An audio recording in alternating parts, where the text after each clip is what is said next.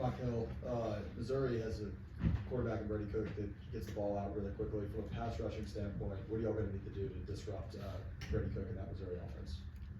Basically, because he gets it out so quick, we just gonna have to affect him in different ways. Whether that be hits, hers, or batted balls, we just got to get him off the spot. Y'all got Tyrann back on Saturday. What impact did you feel like he had, and what did you notice from him as he continued to try to get back up to full speed? It was huge getting Tyrann back. He came in with a great impact. He helped us a lot. He caused a turnover, and which we got. I think it was our first time this year where we recovered a forced fumble. So it was a great impact, and we really needed it. We hope that we can get the same from him going forward. Mykel, what do you feel like having Jalen Walker, especially as a pass rusher, does for you guys and what he is capable of doing? It's opened things up for the other guys like myself. Like having Jalen on outside of me, it don't let the guard and tackle like double team me. Now they have to focus on both of us, and it creates one-on-ones and allows us to win. So having Jalen helps a lot. So Mykel, can you talk about what the bye week meant to the defensive line? Kirby Smart after the Florida game said he allowed the defensive staff to implement a new wrinkle that helped y'all pressure the quarterback. Can you expand on that? Can you elaborate on that? That's what you mean. Coach Smart after the Florida game said that the defensive staff implemented something new to help pressure the quarterback, and y'all turned up against Florida clearly. So I was wondering if you could expand upon that at all. Oh yeah. Basically by giving us I would say green cards and allow us to use different tools to against the O-line to win cleaner and win faster. So yeah, that's what we did. Thank you. Yeah, you and Malachi, same class together coming in. What sort of makes him the person that he is in terms of what he's able to do, not just on the football field, but being a leader, being a vocal guy off of it as well? Basically just how he works and his mindset, how he is as a player and as a person. That's what keeps Malachi.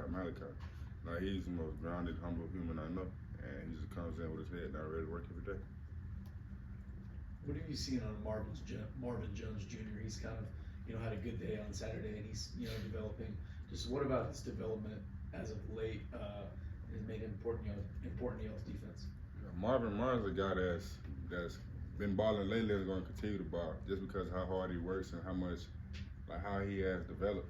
As you said, Marvin's a great player, and I'm glad to play with him. Glad he was on our team.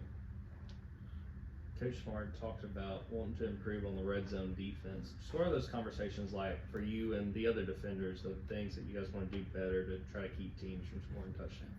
Man, those conversations are long and tiring.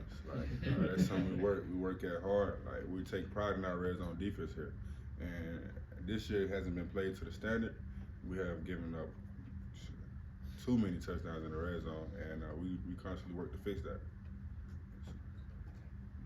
Can you talk about, obviously you haven't lost since you've been a member of this team. Yeah, blessed.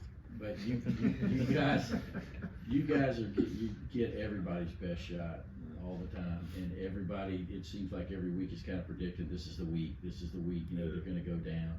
Just what's that feel like on the inside? Is it constant pressure? Is it a constant challenge? I wouldn't say it's pressure. I'd say we kind of like that. We're kind of used to it, and we kind of expect it now because everybody that's going to give us their best shot. We're going to be everybody's Super Bowl with Georgia. Like you kind of said, we're 25-0 in the last 2 years, so we kind of expect it, and we like it, and we look forward to it. Just following up on that red zone defense question, from your perspective, what are the things you guys need to do better to clean that up and to do better in the red zone?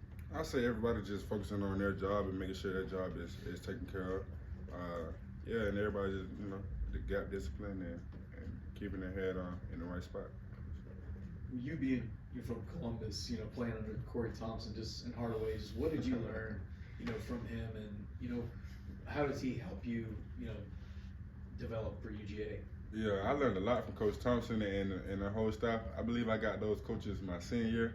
So I say the first 3 years, Coach Mike Woolridge and Coach John Burton. Those two guys gave me, I say, a huge step ahead of the other kids that came in my class with how they developed me and how we worked extra and the things that we did to prepare to get to this level here. I feel like those coaches, they really gave me an advantage. Any other questions? Thank you. Thanks, Mykel. Thanks, y'all. Appreciate your time.